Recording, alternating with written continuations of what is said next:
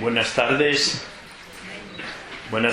y bienvenidos a este nuevo encuentro de los miércoles teresianos, que como ya sabéis, porque la mayoría sois asiduos, este año, al celebrar el año jubilar de San Juan de la Cruz, pues estamos dedicando todos los temas al santo, ¿no? Hoy nos acompaña el padre Juan Antonio Marcos, que tiene la suerte de vivir aquí en Ávila también, vive en el CITES y es profesor ahí en el CITES y también es profesor en Madrid, en la Universidad de Comillas. Y bueno, en muchos más sitios escribe y esas cosas, se dedica a esos vicios. Y hoy nos va a hablar de un tema muy bonito, que es San Juan de la Cruz, poeta enamorado. La verdad que cuando uno se acerca a San Juan de la Cruz, casi siempre se acerca primero por la poesía, porque esa poesía es hermosísima, ¿no? Pero bueno, no le voy a decir yo la charla, sino que la de él. Y para no quitarle tiempo, que si no los 50 minutos se van muy rápido. Bueno, buenas tardes a todos. No sé si se oye bien. Sí, ¿verdad? Bien, pues en primer lugar darle las gracias a David también por sus amables palabras de presentación y pasar seguidamente a presentar algunos aspectos de la poesía mística en Juan de la Cruz. De trasfondo el tema del amor, evidentemente, como se ha anunciado ahí, pero va a ser un acercamiento un poco más genérico, global, con algunas claves de lectura que intento que puedan resultar útiles, porque al final todos estos encuentros y estas reflexiones tienen como finalidad más importante y objetivo clave que volvamos sobre los textos de San Juan de la Cruz, que saboreemos su palabra, que la asimilemos. Yo a veces me gusta decir que la convirtamos en una especie de segunda naturaleza en nuestra vida también, ¿no? Bien, es evidente que la parte de la poesía en Juan de la Cruz siempre es uno de los aspectos más fascinantes de toda su obra. Se podrían citar muchos estudiosos sobre la poesía de San Juan de la Cruz que hacen grandes elogios, ¿no? Quizá uno de los más conocidos, el de Jorge Luis Borges, el gran escritor argentino, que solía decir más o menos: de todos los hombres que han usado la lengua española para los fines de la poesía, San Juan de la Cruz es el más grande. El más grande, ¿no? Y hay otra cita con la que sí me gustaría también comenzar, de Juan Ramón Jiménez. Juan Ramón Jiménez decía, yo creo que daba una clave muy buena para captar la profundidad, la densidad de la poesía de Juan de la Cruz. Decía él, la poesía de Juan de la Cruz es, como la música, algo que no necesita ser entendido para ser disfrutado. No conozco poesía que exija menos comprensión ni menos esfuerzo para ser gozada. Volveremos sobre este aspecto, que me parece que es muy importante tenerlo como punto de partida, si quieren, ¿no? Como hall de entrada en esos territorios fascinantes que son el lenguaje poético en general y especialmente en el caso de San Juan de la Cruz, ¿no?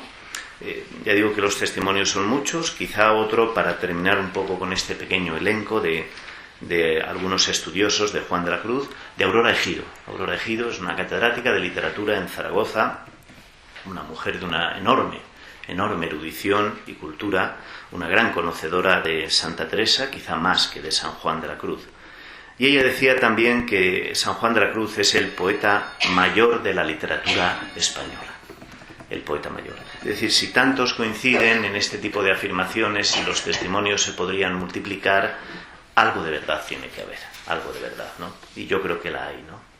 Es evidente que San Juan de la Cruz es un poeta, un gran poeta, quizá un grandísimo poeta, ¿no? Y en este sentido me gustaría también comenzar recordando lo que decía un gran poeta también español, Luis Alberto Cuenca, director de la Biblioteca Nacional, que fue un tiempo, y lo decía con un poco de ironía, y merece la pena escuchar sus palabras. Dice: San Juan de la Cruz es verdad que es un gran poeta, y continúa escribiendo: Y ello pese a la legión de aburridos sanjuanistas que desde las más variadas sectas y cátedras nos arruinan la vida con sus aburridos comentarios, a caballo entre una mística entontecedora y un erotismo reprimido. Bueno, no sé si exagera un poco, pero siempre es bueno escuchar a todo el mundo, ¿no? Porque todos tienen algo, o tenemos todos algo de verdad, ¿no? En este sentido, yo creo que se puede decir que la poesía de Juan de la Cruz es la verdadera mística. Es el lugar en el primero en que se va a encauzar su experiencia de Dios a través de la poesía y evidentemente es lo más fascinante que tiene. Lo demás, los comentarios, la obra en prosa, son admirables también. Pero otro gran estudioso de la poesía de Juan de la Cruz, en los años 40, Dámaso Alonso, decía, es verdad que los comentarios y la prosa son admirables, pero añadía lo siguiente, dice, pero son un admirable fracaso. Comparado con la poesía, claro, decía él, comparado siempre con la poesía. Quizá lo fascinante de la poesía es que la poesía afirma donde muchas veces la prosa niega. En la poesía descubrimos a un San Juan de la Cruz distinto, y quizás el más verdadero. El mejor retrato de Juan de la Cruz no está en la prosa, está en la poesía. Esa poesía que brota de una experiencia vivida, que brota de su propio corazón y del estudio también, evidentemente, pero que siempre es una poesía llena de color, llena de belleza, llena de un sentido, podríamos decir, festivo y de gozo. Y esto es fundamental. El carácter positivo y el positivismo absoluto, yo diría, de la poesía de Juan de la Cruz y de los grandes poemas de San Juan de la Cruz. San Juan de la Cruz es una personalidad compleja, con una vocación probablemente contemplativa desde el principio, luego fue cambiando o adaptándose a las circunstancias. Un personaje que además desdeñó el mundo académico. En Salamanca estudia 4 años, pero teología solo 1 año, y abandona la universidad, no le importa el mundo académico, eso es evidente. Con 1 año de teología ha llegado a ser doctor de la Iglesia, que no está mal. Tampoco resuenan en sus escritos acontecimientos históricos de la época. Santa Teresa sí, en sus cartas, en muchas de sus obras, habla continuamente del rey, de Felipe II, de los otros problemas de la época. San Juan de la Cruz no le preocupa. Parece que no le importa mucho el mundo en el que vive. O si le importa, que sin duda le importó, cree que no hay que contarlo y no lo cuenta, ¿no? Entonces, digamos que está todo eso como diluido. No le importa el mundo académico, no cuenta o no habla mucho de los acontecimientos de su época, tampoco habla mucho en primera persona. Santa Teresa, casi en cada página escribe, esto lo sé yo por experiencia, lo sé yo lo he vivido, yo he pasado por ello. En San Juan de la Cruz casi nunca. El yo, el ego, se diluye y no está casi nunca presente. Con todo, y esto lo vamos a intentar ver también, en sus obras hay como una biografía implícita. Sus poemas son autobiográficos. Está hablando de sí mismo, como vamos a ver luego.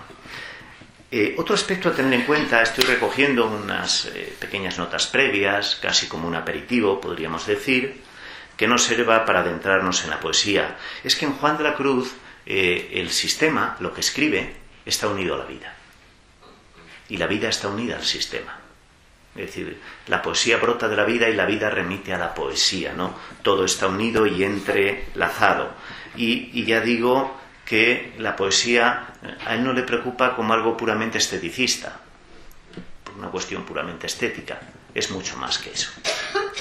Es verdad que hay una preocupación poética, estética, es una poesía absolutamente fascinante, pero al mismo tiempo tenemos que afirmar que lo importante de esa poesía es la vida que hay detrás, la vida que ha alimentado esa poesía, la vida real que ha hecho posible esa poesía de Juan de la Cruz, de una rara belleza. En el siglo XVI es una isla en el mundo de la literatura española, es algo diferente.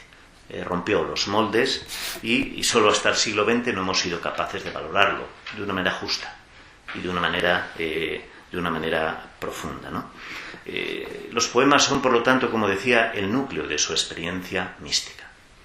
Y dentro de los grandes poemas, evidentemente, también está el tema de los símbolos, los grandes símbolos que crea Juan de la Cruz, como el símbolo de la noche.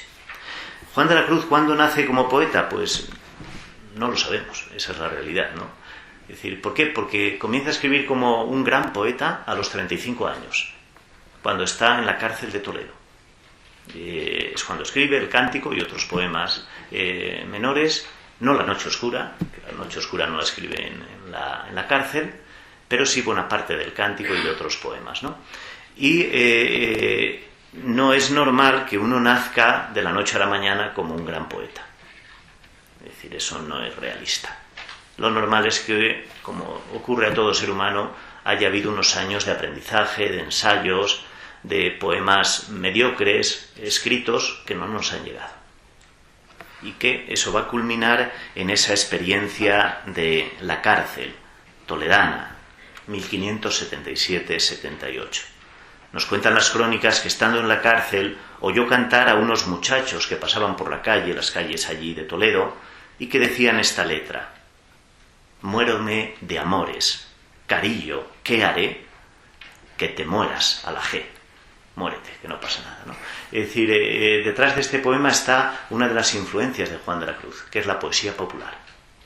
El carillo, que nos vamos a encontrar después también en el Cántico Espiritual, y aquí en estos versos, que por eso los he citado, probablemente aparece uno de los temas claves de su poesía, y especialmente que recorre el Cántico, que es la muerte por amor, morir por amor.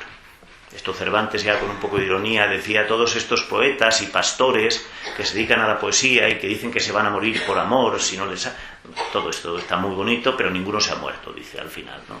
Es decir, está muy bien como estrategia retórica, pero fíjense que detrás del tema de la muerte de amor está el tema también de la herida del amor. El amor es una herida. Cántico está estructurado en torno a una herida de amor. Y evidentemente esto está claramente conectado con las fuentes de este tema en la poesía, que son las fuentes clásicas, evidentemente. Pensemos en el dios del amor, Cupido, en el mundo clásico, disparando esa flecha. Recuerden la imagen de Bernini, ¿no? Y el éxtasis de Santa Teresa, ¿no? Donde aparece este aspecto. Bien, pues vamos a comenzar un poco escuchando ahora una versión cantada. ¿Por qué una versión cantada? Vamos a escuchar poquitas, 2 o 3 estrofas, 3 o 4 estrofas como mucho. Es la primera estrofa del Cántico. La poesía de San Juan de la Cruz tiene un encanto peculiar, decíamos, y claro, cuando la poesía, que es lírica de la lira de Orfeo, ¿no? La poesía adquiere toda su profundidad y su densidad cuando la escuchamos en una versión cantada. Es mucho más fácil de memorizar, de recordar, de interiorizar y de hacer que se convierta en una segunda naturaleza también en cada uno de nosotros. Por eso es tan importante escuchar versiones cantadas de la poesía. En un paseo alrededor de las murallas o junto a la Daja, qué mejor que ir escuchando la poesía de Juan de la Cruz, ¿no? Cantada, para que se convierta de alguna forma, se interiorice en un mantra. Y de alguna forma también, a mí me gusta utilizar esta expresión, que sea casi una segunda naturaleza en nosotros. Escuchamos esa versión.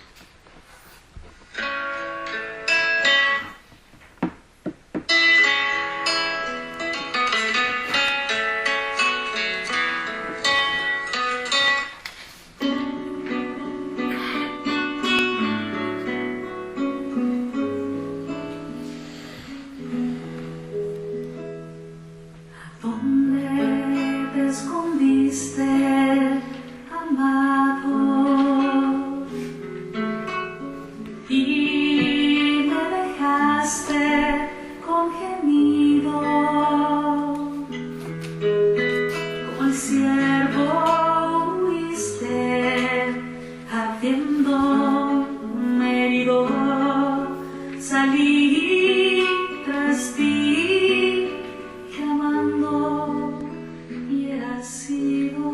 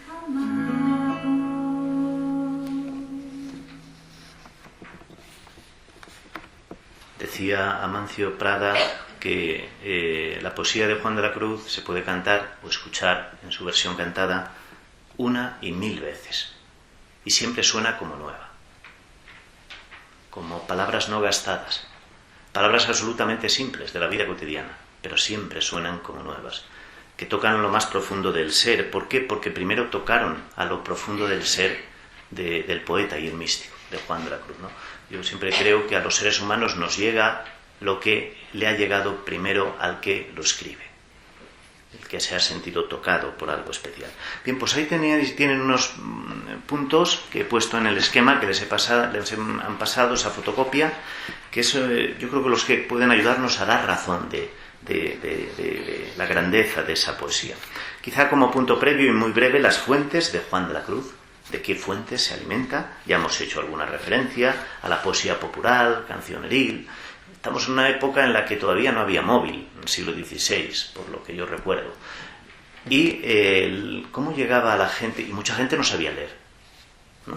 Entonces, ¿cómo llegaba la poesía a la gente? Evidentemente a través de juglares, trovadores, que iban de pueblo en pueblo, de lugar en lugar, cantando poemas, contando historias. Es como llegaba, ¿no? Era una cultura muy, muy oral. Entonces la poesía popular estaba muy presente en aquel mundo, en aquella sociedad.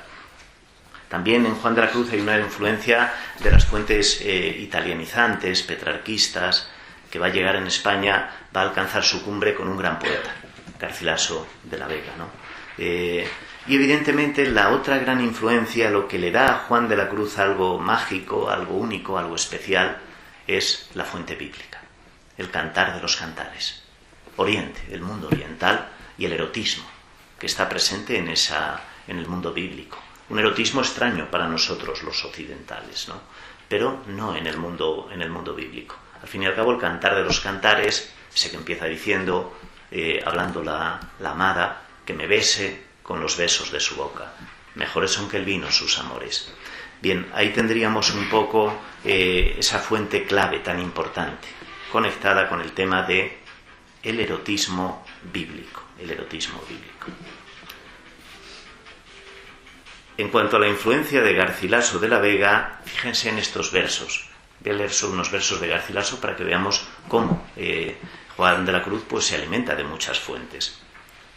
Es de la égloga segunda de Garcilaso y dice así: la quinta noche, en fin, mi cruda suerte, habla Albanio, uno de los pastores enamorados, la quinta noche, en fin, mi cruda suerte, queriéndome llevar do se rompiese aquesta tela de la vida fuerte, aquesta tela de la vida, rompe la tela de este dulce encuentro, luego dirá Juan de la Cruz, hizo que de mi choza me saliese por el silencio de la noche oscura. Ahí tienen otro elemento, evidentemente, que aprendió Juan de la Cruz de Garcilaso, a buscar un lugar donde muriese. Aquí tenemos a Albanio, este pastor que quiere morir por amor, suicidarse por amor, pero que no lo va a hacer. En resumen, las fuentes de Juan de la Cruz son importantes tenerlas en cuenta para comprender su poesía. Esas que hemos dicho, pero especialmente el mundo bíblico. El segundo punto que tienen ahí es una de las notas más fascinantes también de esta poesía, el optimismo. Todo en la poesía de Juan de la Cruz rebosa optimismo. Un optimismo increíble, ¿no? Es decir, asombroso. Es decir, yo siempre digo, de los grandes poemas de Juan de la Cruz, el único poema que puede invitar a, digamos, a una percepción no tan optimista es el primer verso del poema Noche, en una noche oscura. Bueno, esto parece que no es tan optimista, pero a partir del segundo verso desaparece todo pesimismo. Con ansias en amores inflamada. El amor inflamado es la llama de amor, flama es llama, la llama de amor está iluminando la noche desde el principio, ¿no? Entonces ahí tendríamos el optimismo trascendente como uno de los aspectos claves, que además está conectado con algo que diferencia a Juan de la Cruz de sus contemporáneos, que es lo que va a contar él, es un encuentro amoroso pleno, gozoso, cumplido, feliz. Los amores humanos no siempre ocurre esto. No hay más que lamentos en la poesía amorosa de la época, ¿no? En San Juan de la Cruz no hay lamentos. Es decir, el encuentro con Dios es siempre, podríamos decir, un final feliz asegurado. porque desde la ladera divina Dios siempre es fiel, siempre es fiel. Entonces hay un happy end, un final feliz, ¿no? Entonces tendríamos una poesía amorosa, pero que nos habla de esa plenitud que marca una diferencia entre la poesía mística y la otra poesía, la del amor profano, ¿no? Cántico en concreto nos habla de un encuentro de enamorados. Todo comenzó con un encuentro, como en la vida humana, como en el mundo, iba a decir, bíblico, en la historia que nos cuentan los evangelios, todo comenzó con un encuentro. El encuentro de Jesús con un grupo de paisanos suyos, discípulos, que le lleva a iniciar una aventura distinta, ¿no? Pues aquí igual. Todo comenzó con un encuentro lleno de amor, que pasa también por sus dificultades, como todo encuentro amoroso, pero que tiene un final feliz, asegurado. Y ese final, esa plenitud que se adquiere, ya no se va a perder nunca. Cántico, los grandes poemas de Juan de la Cruz son un cielo anticipado. Es decir, San Juan de la Cruz ha tocado ya algo del cielo que nos espera a todos. Él ha experimentado algo de eso, ¿no? Entonces, ese final feliz, incluso más allá de esta tierra y más allá de este mundo, él ya sabe dónde está y cómo vivirlo. Claro que ha habido momentos y etapas duras, como la hay en toda aventura humana y en todo viaje de la vida humana. Pero evidentemente, a medida que uno se encuentra, como nos dice San Juan de la Cruz, más plenamente con ese amor, la memoria selectiva se ocupa de borrar todo lo negativo y solo se recuerda lo positivo, ¿no? Es decir, y se canta a lo positivo: flores, verduras, fuentes cristalinas, rosas, azucenas, huertos, ninfas, perfumes, guirnaldas, belleza, amor, hermosura. Eso es lo que recorre la poesía de Juan de la Cruz, y nos habla del Dios en el que él cree, del Dios con el que él se ha encontrado. A mí me parece que si no se tiene presente esa clave de positivismo puro, nunca se va a comprender el conjunto de las obras de Juan de la Cruz, ni su sistema místico, ni su experiencia de Dios. El positivismo puro, ¿no? En segundo lugar, junto a ese optimismo está lo que acabo de anunciar un poco, que es esa historia de amor. Juan de la Cruz va a contar en sus grandes poemas una historia de amor, pero con un final feliz, ¿no? Además, los grandes poemas, Noche, Cántico, Llama, son los que van a necesitar ser comentados. Y se lo van a pedir, especialmente carmelitas. San Juan de la Cruz tuvo más relación con mujeres que con hombres, se llevó mejor con las mujeres siempre, ¿no? Y más o menos construyó algo que era innovador en aquella época, seminarios con mujeres, podríamos decir, incluso auténticos seminarios, ¿no? Para compartir la vida espiritual. Y entonces los grandes poemas de Juan de la Cruz crearon problemas en el inicio, en la recepción, por sus primeras lectoras. ¿De qué está hablando este tío?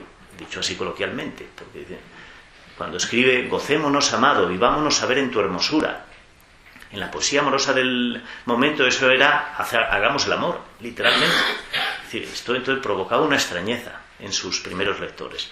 Esto viene de la influencia bíblica, ese erumis. Los peligrosos, los más peligrosos, Cántico, Noche, Llama, los mejores. Los otros, que no necesitaban tanto comentario, ya no son tan buenos. Y junto a esa historia de amor, con un final feliz, otra de las notas muy importantes, yo creo, en la poesía de Juan de la Cruz, es que en ella hay una ausencia total de normas. Juan de la Cruz no está para dar normas a nadie, ni de ética, ni de cómo comportarse. En la poesía no está para eso. La ética será por supuesta, el comportamiento ético de la gente, ¿no? Y la conducta honesta y honrada. Pero lo que hace en la poesía es cantar, sencillamente, desde el absoluto gozo de un encuentro. Y eso es lo que nos ha dejado. Un canto lleno de gozo, de fiesta, de alegría, un canto en el que lo que importan son las vivencias inmediatas de un encuentro con lo divino, de haber tocado casi a Dios o de saberse tocado por Dios. No importan teorías ni doctrinas en la poesía, todo eso es secundario. Estará en la prosa más tarde, pero hay una dimensión que es muy importante, que es la dimensión afectiva. Esto Santa Teresa, que era muy lúcida y yo creo que más inteligente que San Juan de la Cruz. Bueno, ahora ya sabemos que hay inteligencias múltiples, ¿no? Cada uno tiene la suya. No en la inteligencia poética, que en esto San Juan de la Cruz fue más lejos, pero sí en otros muchos aspectos. Santa Teresa decía en sus obras: lo que yo pretendo contar es lo que siente mi alma. San Juan de la Cruz se apuntaría a esto. Él lo que pretende contar en sus grandes poemas es lo que siente su alma. Y evidentemente es una historia de amor humano, si uno se lo toma literalmente, pero que evidentemente hay algo más. Y eso se percibe en la lectura pausada, tranquila, de sus versos, ¿no? Detrás de esa aparente historia de un mero amor humano hay también una historia de amor divino, una historia de encuentro con Dios, una historia de gozo, ¿no? Y de fiesta, podríamos decir, de alegría. Recuerden algunos poemas, cuando va terminando, por ejemplo, el Cántico Espiritual, y Juan de la Cruz escribe aquello de: gocémonos, amado, y vámonos a ver en tu hermosura, al monte y al collado, domana el agua pura, entremos más adentro en la espesura. Fíjense que se trata de una poesía en la que no se dan normas morales a nadie, no se pide nada a nadie, no se lamenta de nadie, de nada, solo se recuerda gozosamente y se canta. ¿Por qué? Porque el encuentro con Dios ha transfigurado todos los episodios negativos previos. Todo ha sido trascendido. Y el amor vivido, el gozo, lo gratuito, es ahora lo importante. El punto siguiente que tienen ahí es el tema de la poesía contemporánea. Algo de esto estaba presente en la cita que hacíamos al principio de Juan Ramón Jiménez. ¿Por qué Juan de la Cruz es, pues no sé, como un Antonio Machado del siglo XX? ¿Por qué es un poeta? O da la sensación de que es un poeta del siglo XX, del siglo XXI, podríamos decir nosotros. Pues por una razón muy simple, porque cuando leemos su poesía, lo primero que hacemos es emocionarnos, incluso aunque no la comprendamos toda. Podemos comprender una parte, ¿no? Entonces, lo fascinante de la poesía moderna, contemporánea, desde un Rubén Darío hasta un Pedro Salinas o a un Antonio Machado, es que la leemos y ya nos emocionamos. En la poesía de la época de Juan de la Cruz, por lo general, esto no se daba presente. Había mucha mitología, mucha alegoría. Había que comprender primero, para después emocionarse. En Juan de la Cruz es lo contrario. Ocurre lo mismo que con la poesía española del siglo XX. Primero nos emocionamos y luego en un segundo momento, si queremos, intentamos comprender mejor lo que quiere decir. Pero entonces, ¿cuál es lo fascinante de esa poesía? Pues esa capacidad que Juan de la Cruz tiene para tocar nuestros afectos, para que sintamos algo. Yo diría para que sintamos algo de lo que él sintió, que esto es lo importante. Es evidente que Juan de la Cruz ha sentido y ha experimentado algo muy grande, algo quizá que trasciende lo que la mayoría de nosotros vamos a experimentar en esta vida. Pero él ha tocado algo, ha abierto una ventana nueva, a otra dimensión de lo real. Y sabe un poco ya lo que le espera, de alguna forma. Sabe lo que le espera, ha tocado algo de ese nuevo mundo de gozo y evidentemente por eso cuando escribe poesía lo hace con tanta autoridad y con tanta fuerza. Solo quien ha experimentado algo puede hablar con esa autoridad con la que habla Juan de la Cruz. Y además logra algo que es muy importante, logra conectar con nosotros. ¿Por qué? Porque yo creo que cualquier ser humano que haya sido capaz de bucear en lo profundo de su propia vida, ahí nos vamos a encontrar todos. Todos. Los seres humanos al final somos muy parecidos. Y quien ha sido capaz de profundizar en su propia existencia, de alguna forma ha abierto una constelación en la que todos nos podemos identificar, con la que vamos a conectar de alguna manera. Lo decía muy bien una vez Miguel Delibes, ¿no? Hablando de por qué ciertas obras son universales. Y él daba esta razón, ¿no? Lo podemos hablar del Quijote, obras clásicas, decía él.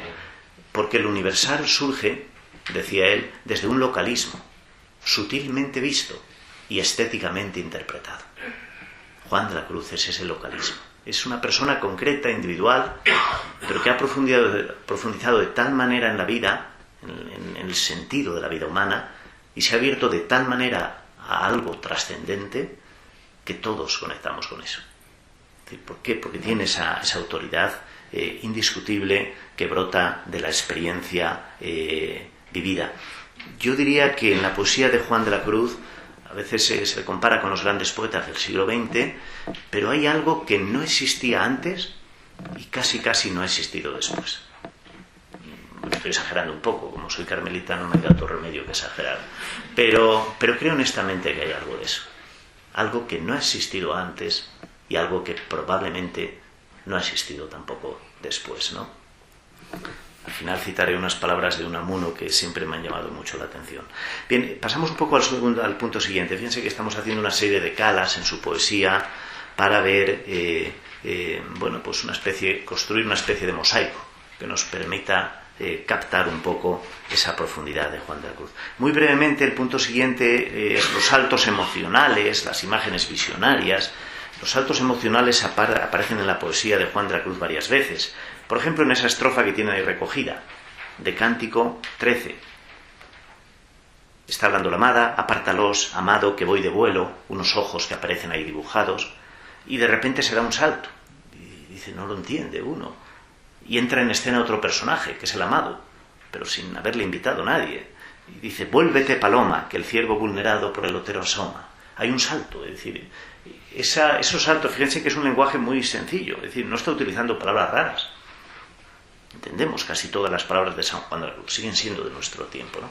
Pero hay algo, un salto que hace que su poesía sea, algunos han dicho, como una hoguera bajo el viento, de tal manera que nos mantiene siempre conectados a algo más grande, ¿no? A algo más grande, casi como olas que van y vienen, ¿no? Y que nos sitúan también esa imagen, en esa experiencia, luego hablaremos un poco de ella, de lo inefable, es decir, de algo que no se puede expresar con palabras, pero sí quizá con la poesía, un poco de esa experiencia vivida. Y él lo va a contar también a través de lo que luego se ha llamado, en un lenguaje también muy actual y muy moderno, imágenes visionarias. Esas imágenes aparecen en las estrofas siguientes que tienen ahí recogidas, las famosas estrofas que son una canción de amor de la amada. Es la amada quien está hablando, la amada es el alma, la amada es la humanidad entera, somos nosotros. Mi amado, las montañas, los valles solitarios nemorosos, las ínsulas extrañas, los ríos sonorosos, el silbo de los aires amorosos. Es decir, logra Juan de la Cruz, a través de estas imágenes visionarias, adentrarnos en una atmósfera nueva, en otro mundo, en otros territorios que ignorábamos nosotros, ¿no? Pero que él, de alguna forma, a través del lenguaje, que nunca es fácil, porque el lenguaje es una herramienta limitada siempre en la vida humana, y logra también algo que es muy peculiar. Fíjense que aquí son elementos de la naturaleza: las montañas, los valles, las ínsulas, los ríos, los aires. Pero, ¿qué es lo que quiere transmitir él? No es un paisaje exterior, no es el mundo que está ahí fuera, ¿no? La nevada que pueda caer de manera imprevista, ¿no? Lo que está mostrando a través de ese mundo exterior y de ese paisaje de la naturaleza, algo infinitamente más importante y más fascinante. Un paisaje que nunca va a dejar de ser primaveral, que es el paisaje interior del alma, el paisaje humano de nuestra propia interioridad, ¿no? Eso que él va a llamar después, al final de Cántico, una nueva y eterna primavera en libertad. Ese es el mundo interior del ser humano, que es un anticipo del cielo también para él, para Juan de la Cruz. Bien, pues ahí tendríamos otro aspecto importante a tener en cuenta, que es ese de cómo a través del paisaje exterior, en realidad, lo que nos encontramos es un espejo del paisaje interior, o de los paisajes del alma, si quieren ustedes, ¿no? La interioridad humana queda ahí retratada, y de una manera absolutamente fascinante, ¿no? Pasamos al punto siguiente, la simbología y la noche, que es otro de los elementos claves en Juan de la Cruz. Claro, ¿qué es lo que ocurre cuando uno tiene que contar una experiencia para la que no hay palabras? Pues que tiene que recrear el mundo del lenguaje, transformarlo, volver a bautizar las palabras de alguna manera, ¿no? Estirarlas, romperlas literalmente, ¿no? Rebosar algo, ¿no? Es decir, a través de las palabras son recipientes. Entonces, de alguna manera, San Juan de la Cruz, no porque use palabras nuevas, sino por la forma en que las coloca, el orden que da a las palabras, crea algo nuevo. Esto lo decía ya muy bien uno de los grandes estudiosos de Juan de la Cruz, un estudio que escribió hace ya casi 100 años, Jean Baroucy. Jean Baroucy decía, uno lee el primer verso del poema de la noche oscura, en una noche oscura. Y si lo lees de verdad, decía él, desde lo profundo de la vida, te sientes como trasladado ya a otra dimensión. en una noche oscura. Y fíjense qué palabras son absolutamente simples, no tienen nada de rebuscado, de extraordinario, ¿no? Pero precisamente en lo cotidiano está la verdad, cuando se sabe contar de una forma nueva, ¿no? Miguel de Cervantes, que siempre estuvo conectado con la vida real, como todos los grandes espirituales y literatos de la literatura española del siglo XVI. Solía decir Cervantes, solo lo cotidiano es real. Lo cotidiano es lo más real que existe, la vida cotidiana de los seres humanos, ¿no? Entonces San Juan de la Cruz conecta con ese lenguaje de la vida cotidiana, pero lo trastoca. Y al trastocarlo consigue crear algo nuevo, ¿no? Algo que de alguna forma desborda la impotencia del concepto, de las categorías de este mundo, y nos abre a un mundo distinto. Y entonces aquí juegan un papel clave los símbolos. ¿Por qué? Porque los símbolos son síntesis totalizadoras de una visión del mundo. La llama, la noche, la primavera, podríamos decir. Es decir, hay muchos símbolos, el monte, la montaña, ¿no? Es decir, pero quizá el gran símbolo de Juan de la Cruz, sin duda, es el más conocido, la noche oscura, que estaba ahí ya en la tradición bíblica, en la tradición de las grandes espirituales del norte de Europa, de la época medieval, ¿no? Pero con Juan de la Cruz lo retoma y lo recrea, como hace Santa Teresa también, que retoma de varias tradiciones, lecturas que ha hecho ella, pero lo cual digamos que todo lo hace pasar por el filtro de su experiencia personal, y lo que surge es algo nuevo. En Juan de la Cruz es igual, es heredero de una tradición, como lo somos todos, pero tienen la virtud de crear algo nuevo, absolutamente nuevo. ¿Y dónde está la autoridad y la novedad? Evidentemente en la experiencia vivida. La experiencia vivida. Y el símbolo, por ejemplo, el de la noche, nosotros los cristianos tenemos un símbolo también prototípico, quizás el más significativo y el que está omnipresente en todos los lugares, la cruz. Es decir, ¿cuál es el significado de un gran símbolo? El símbolo contiene algo ya de la realidad a la que remite. Contiene algo. Es decir, yo siempre pongo un ejemplo, digo, hombre, si alguien coge una cruz y se dedica a pisotearla, pues no sé, parece que te sientes herido en algo, ¿no? Algo, están hiriendo algo que es muy propio tuyo. Los símbolos a veces también de los países, y una bandera, si uno la quema, pues hombre, parece que, hombre,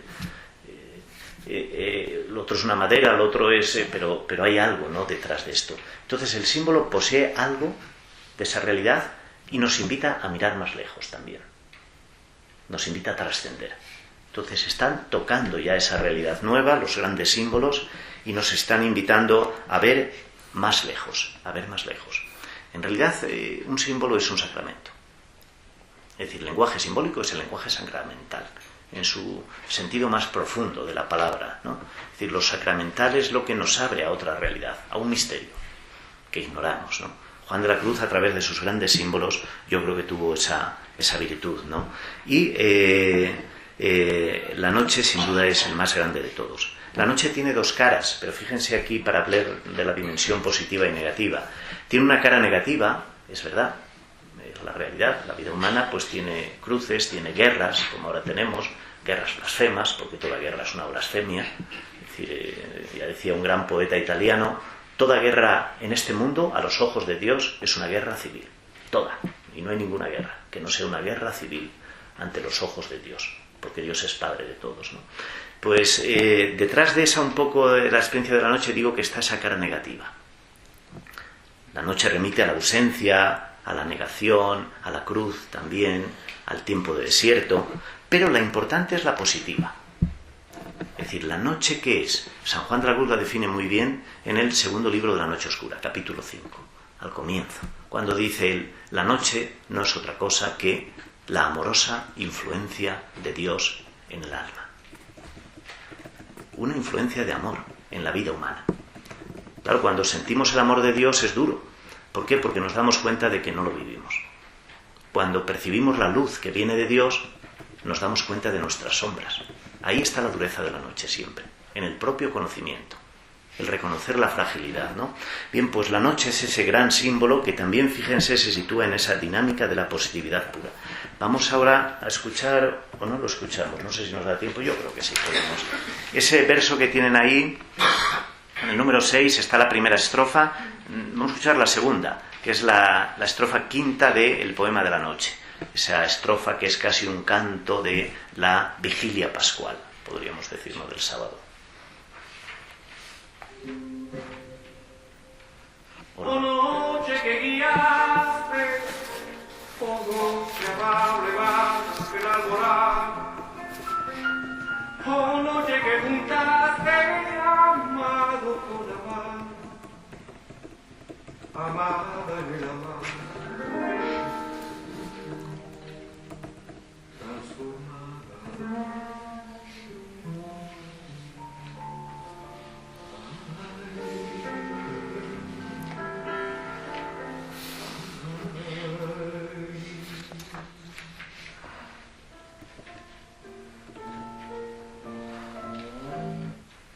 Bueno, se terminó ahí. Bien, el otro punto que tienen ahí recogido es, ya lo he apuntado un poco, la poesía biográfica. Es decir, San Juan de la Cruz, su poesía es una radiografía. ¿De qué? De su alma. Es decir, esto es lo que yo he vivido. De hecho, yo siempre digo, cuando leemos el poema, por ejemplo, de la noche oscura, inmediatamente tendríamos que decir, en una noche oscura, con ansias, en amores inflamada, oh dichosa aventura, yo, Juan de Yepes, salí sin ser notado. Es decir, yo soy el protagonista de esta historia, Juan de Yepes, Juan de la Cruz. Yo he hecho esta aventura, y yo he hecho este viaje. Evidentemente que el poema está contado en femenino. Es el alma, pero puede ser una mujer, me da igual. Una mujer, una chica que se escapa de noche sin permiso de nadie, una mujer autónoma y liberada, que se escapa de casa para encontrarse con su amante. Eso es lo que cuenta el poema. Evidentemente, detrás de esta historia de amor humano, si lo tomamos en sentido literal, lo que hay es la historia mística, de amor místico que ha vivido Juan de la Cruz. Pero esta clave a mí me parece que es muy importante, ¿no? Es decir, Juan de la Cruz está contando lo que él ha vivido. Por lo tanto, es una poesía que hay que leerla en primera persona del singular. Y en este poeta y en este místico, que además era un pobre de solemnidad, de una familia absolutamente miserable, ¿no? Hay una pequeña cita del Quijote que voy a leer porque creo que es interesante para resaltar esta dimensión. Dice Cervantes, el poeta puede contar o cantar las cosas, no como fueron, sino como debían ser. El historiador no, tiene que contar las cosas como fueron, no tiene que ser fiel a la historia. Pero fíjense lo interesante lo que dice Cervantes, ¿no? Que era un buen poeta, un gran poeta, aunque él se presenta como un poeta mediocre. Dice, el poeta puede contar o cantar las cosas no como fueron, sino como debían ser. Yo creo, y esto no estoy seguro de ello, que Juan de la Cruz cuenta lo que él ha vivido. De eso no tengo ninguna duda. Pero me da la impresión cada vez más, probablemente como nos ocurre a muchos seres humanos, que cuenta también las cosas que le hubiera gustado vivir más, ir más lejos, como deberían ser. Es decir, yo he vivido esto y lo que estoy contando quizá no lo he vivido del todo. Me hubiera gustado ir más lejos. No sé si me explico un poco. Probablemente cuando alguien habla y hablamos, a veces contamos lo que desde la experiencia, desde lo que hemos vivido, pero también muchas veces uno cuenta lo que le gustaría vivir. Y donde no llegas, porque no llegas, ¿no? Por las fragilidades humanas, por las sombras, por lo que queramos, ¿no? A mí me parece que estas dos dimensiones también estarían presentes en Juan de la Cruz. Pero esto es clave. Es decir, fundamentalmente Juan de la Cruz se pinta y se describe a sí mismo. Fíjense en un compañero suyo, como lo decía ya Jerónimo de San José, hablando del poema de la llama de amor viva. Escribía él. Y porque en este libro, particularmente, Juan de la Cruz se describe y se pinta a sí mismo. Se describe y se pinta. Es decir, que los primeros receptores de Juan de la Cruz ya se dieron cuenta de esto. Él está contando lo que ha vivido. El otro aspecto que tiene recogido, ya vamos terminando, es el tema de la inefabilidad. Los prólogos de la llama y del cántico habla mucho de esto San Juan de la Cruz. Yo diría que lo importante de lo inefable, es decir, algo que trasciende la palabra, no encontramos palabras, es volver un poco sobre lo que él quiere contarnos en su poesía, que es algo así, a mí me gusta llamarlo como un mapa para la libertad y el amor. Un mapa, un GPS, quizás hoy diríamos, no lo sé. Un mapa para la libertad y para el amor. Y en ese mapa hacia la libertad y hacia el amor es la meta y es el camino, como la libertad es la meta y es el camino, tenemos que aprender cada día a ser libres, ¿no? En ese mapa hay 4 palabras que me parecen fundamentales, que es lo que quiero comentar ahora ya para terminar, y que están condensadas en esos 4 versos, que es una redondilla, ¿no?, de San Juan de la Cruz tan conocidos. Esas 4 palabras son olvido, memoria, atención y amor.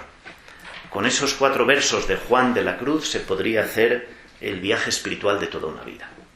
Y no necesitaríamos más. Basta con que lo repitamos al levantarnos, al acostarnos o paseando ahí por el embalse de las Cogotas. Me da igual, ¿no? Es decir, en cualquier lugar de la naturaleza para encontrarnos. Yo creo que Juan de la Cruz, además, toda esta experiencia que nos transmite y nos cuenta a través del lenguaje poético, se podría condensar muy bien en 2 palabras que para mí cada vez son más importantes. Atención amorosa. La atención amorosa. Que no es lo mismo que el mindfulness, que está muy bien, ¿no? La atención plena o el coaching cognitivo, todo lo que quieran. Pero eso son herramientas psicológicas, humanas, muy interesantes. Pero la atención amorosa es otro mundo. Implica un vínculo con un amor más grande, con la fuente última de la vida, con Dios, ¿no? Entonces, digo que para terminar voy a comentar brevemente esos 4 versos, que en mi opinión son un resumen fascinante de todo el sistema de Juan de la Cruz. Los tienen ahí, pero si no les importa, escuchamos una versión cantada, Olvido de lo criado, para adentrarnos y lo comento brevemente.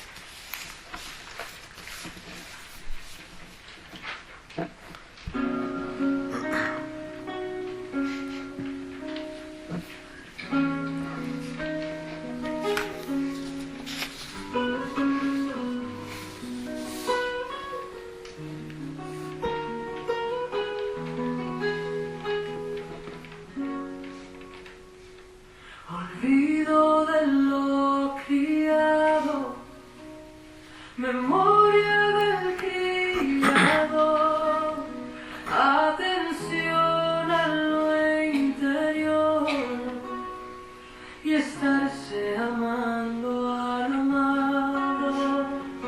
Olvido de lo criado, memoria del criado. Atención a lo interior y estarse amando al amado.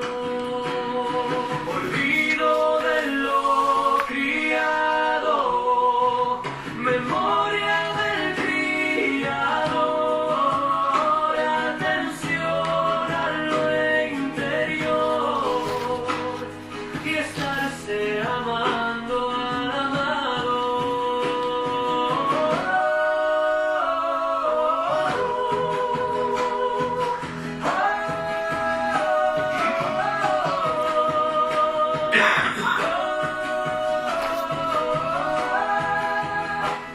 Y estarse amando al amado.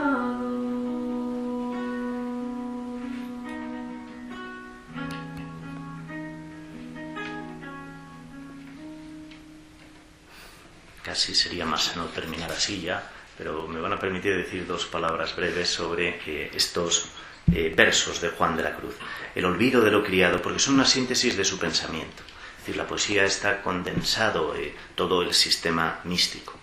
El olvido de lo criado no es otra cosa que el desapego. El desapego. También el olvido terapéutico, purificar la memoria, ¿no? ¿El desapego de qué? De todo. De cualquier falso Dios que nos creamos los seres humanos. El dinero, el poder, el saber y ante todo el olvido de uno mismo, el olvido de sí, que dice Juan de la Cruz. La liberación del ego narcisista, del yo protagonista, ¿no? Con el que todos vamos a cuestas en la vida, ¿no? El olvido de lo criado, esa necesidad del desapego. En segundo lugar, tienen ahí la memoria del criador, memoria. Es decir, y del criador. Lo importante, ¿cuál es en el camino místico que propone Juan de la Cruz? Tener lo que los psicólogos hoy llaman una base segura, unos cimientos claros sobre los que construir la vida. Y evidentemente él piensa que es la memoria del criador, la memoria de Dios, que decía San Agustín, ¿no? Es decir, lo que Juan de la Cruz va a llamar un amor más grande, quien tiene un amor más grande va a, de alguna forma, integrar el resto de amores de su vida. Porque hay un amor fundamental. Es decir, el que está vinculado a lo último es libre frente a todo lo penúltimo. Frente a todo lo penúltimo, ¿no?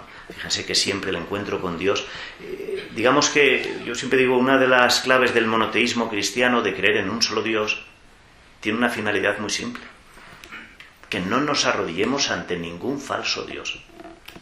Ninguno. Sea el dinero, sea el poder, sea el mundo académico, sea el prestigio. Solo nos arrodillamos ante el Dios del amor, el Dios de Jesús, ¿no? Bueno, pues ahí está la memoria del Criador. En tercer lugar, la atención a lo interior. Aquí la clave está en la atención. Pero no solo a la interioridad, hay que verla en sentido amplio. Atención amorosa, atención a los demás, atención a Dios, atención a la creación, a la naturaleza. Evidentemente la interioridad es también clave.